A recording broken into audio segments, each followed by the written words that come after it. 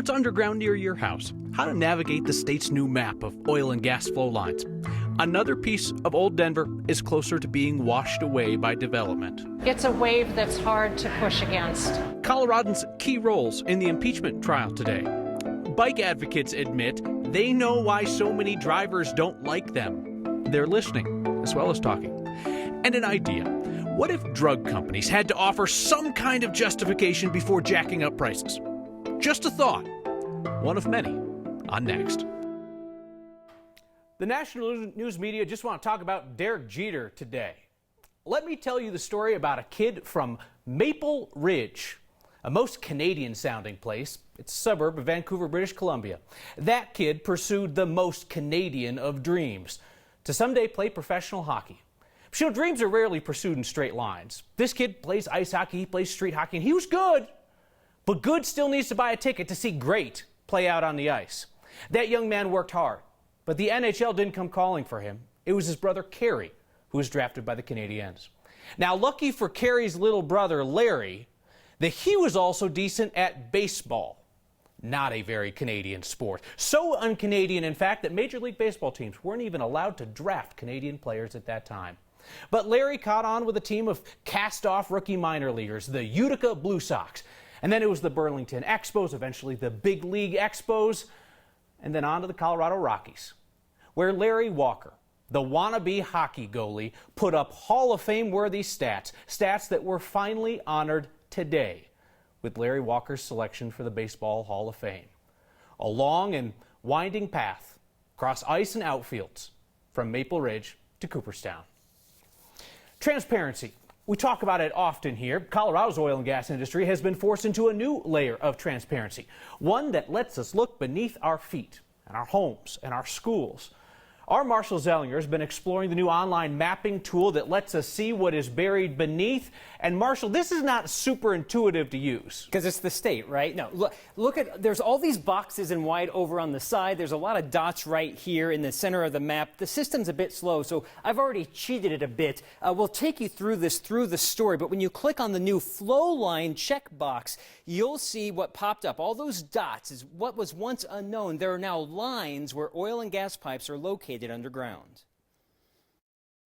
This is available now on our interactive map for the public. When we first zoom in, it's somewhat overwhelming, the amount of information. It's a map that connects the dots. For the first time in Colorado, oil and gas operators are required to show their work. This is what we're asking oil and gas companies to provide us, is surveyed line data, which actually shows the true path of a flow line in the ground. The pipe itself, where the pipe is in the ground. This online map showing where the pipes are underground is one of the changes as a result of last year's Senate Bill 181, the oil and gas reform legislation. Knowing what's between those dots, the wells, is something Erin Martinez has pushed for. The public has a right to know what is in the ground in and around where they choose to live. She's pushed for it since her home exploded in 2017. She survived. Her husband and brother were killed. The cause of the blast, an improperly abandoned flow line severed during construction.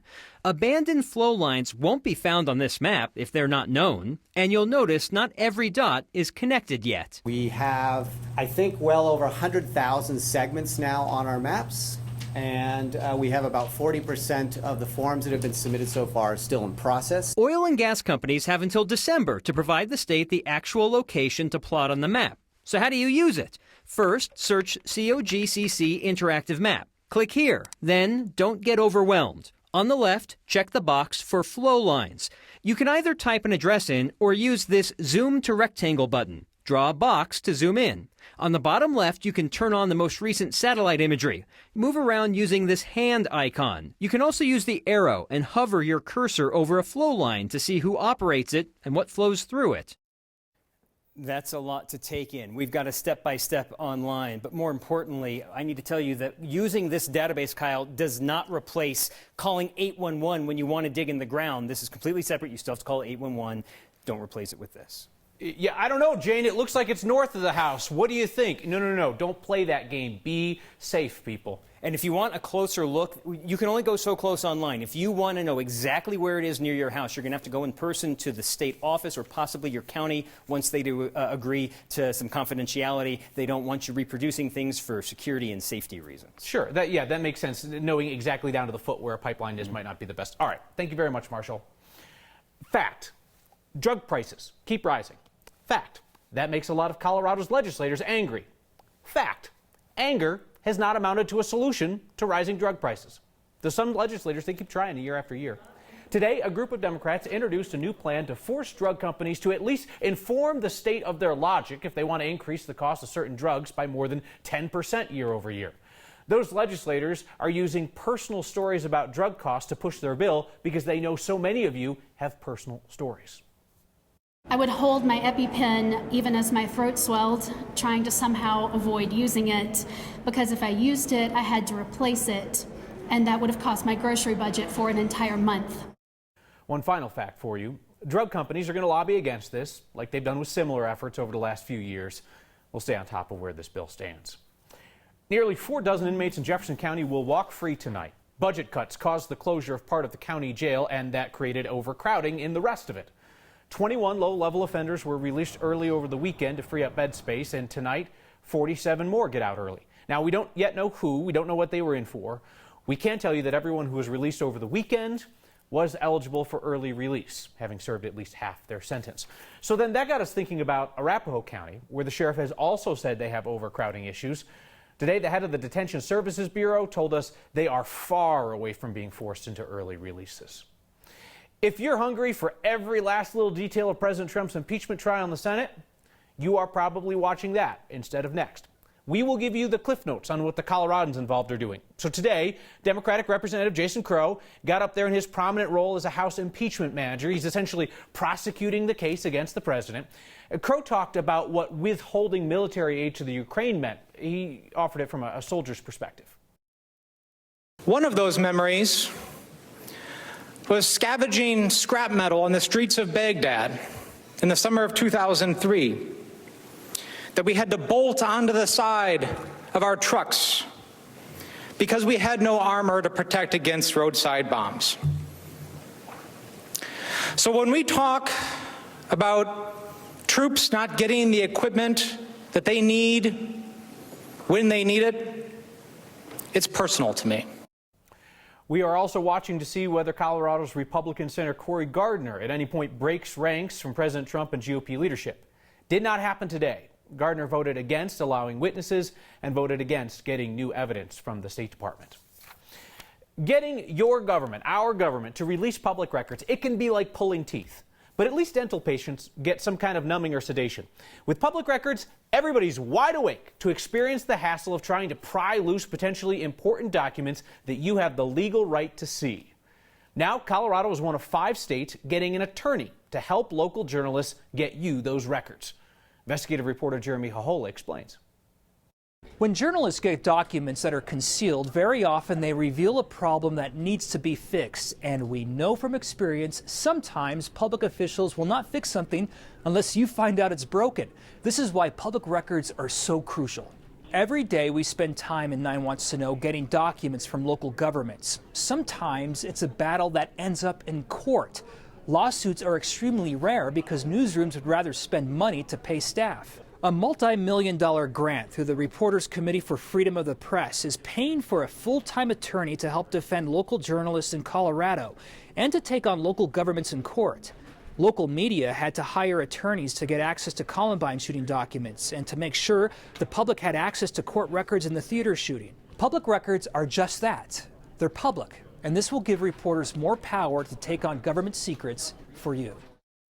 Cycling advocates have been fighting a seemingly impossible battle in Denver. But what if they're winning? And a historic neighborhood imagines what change will look like.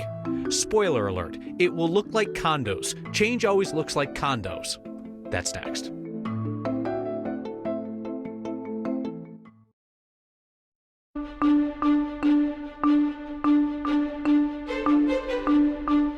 Mark Rocky, but mild in Denver today, and the mountains getting ready for another round of moderate to heavy snow. Temperatures running above average. Can you believe we hit 52 with the cloud cover? Did not feel that warm out there.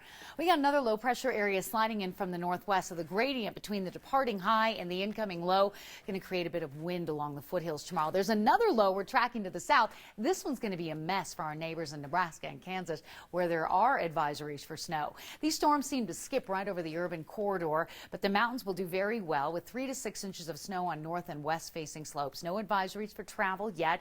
Lower elevations will stay dry with a bit of wind, and temperatures will trend a bit cooler, but that's after tomorrow. Mostly cloudy and 29 tonight. Tomorrow, some sunshine for a change, a high of 53.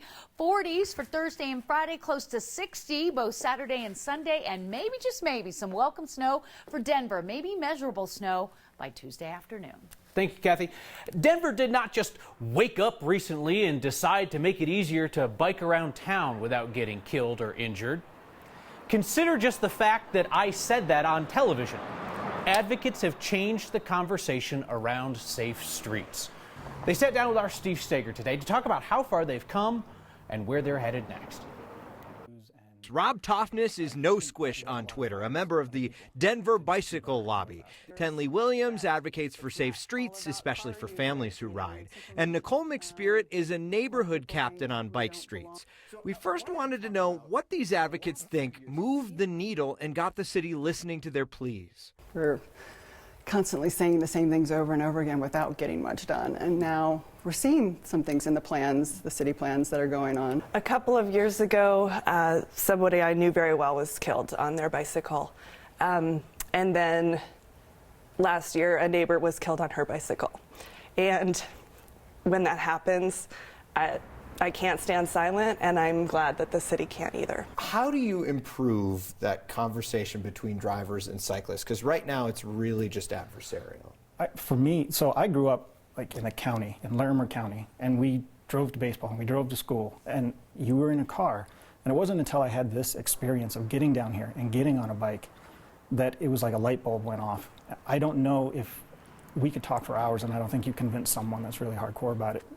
Honestly, if they get on a bike for a week, I think their perspective would change. There have been a lot of really contentious public meetings about these issues, and while it's difficult and challenging, it has given people a place to actually talk through their perspective and have more nuanced conversation. And this group isn't just talking to the city. They're saying our conversation as a whole needs to change. You read all the articles and it's a car jumped a curb or a car hit, and it makes it sound like the car is autonomous, and they're not. There's someone behind the wheel.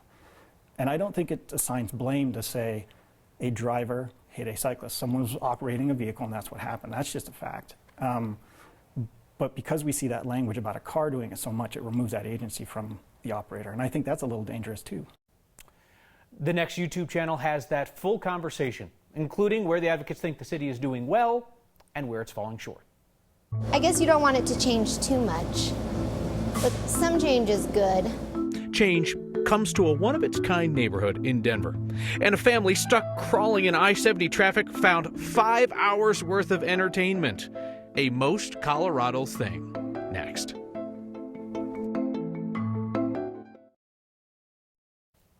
Denver's Bonnie Brae neighborhood was designed to evoke the feel of a quaint Scottish village.